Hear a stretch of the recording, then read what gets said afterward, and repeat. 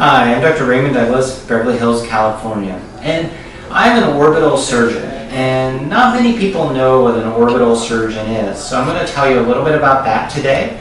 And also, many people ask about orbital decompression.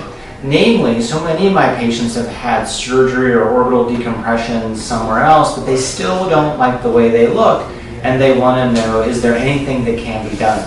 And the answer is yes. In fact, the majority of my patients have all had some type of procedure done and don't like it.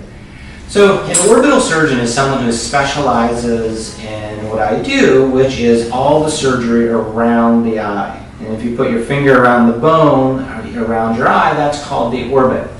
And an orbital surgeon spends most of their time operating behind the eye through very small little incisions, and it takes extra and special training than just operating on the eyelids or other areas.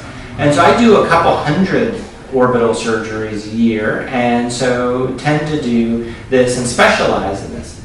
Now, many patients will say they come and they've had an orbital decompression or they've had surgery for thyroid eye disease or just for prominent eyes, and they don't like the way they look. And that's very common, and there's a lot of things that we can do with that. Because the one thing about the orbit is that there's always flexibility to either shave down a little bit of bone, or to remove a little bit of fat, or to change the appearance and prominence of the eyes, so that 90% of patients with thyroid eye disease can get back to the way they looked before. And that really is our goal, and that really is possible for, I'd say, 90% of patients to get back to the way they looked before. And our other goal is so that even if someone doesn't get back to exactly the way they look like before the disease, that they can make a significant improvement so that people really don't even notice the disease has occurred.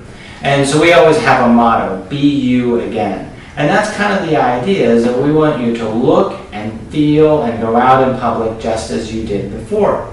So there's many things that I do that are completely customized, because I look at your old photos and we talk and we really formulate a plan together, meaning my patients and I.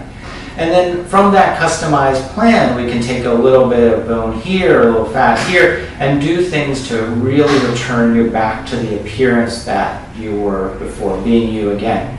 And I take incredible pains to reduce the amount of double vision. In fact, we use anti-scarring compounds that we bathe the muscles in to prevent scarring.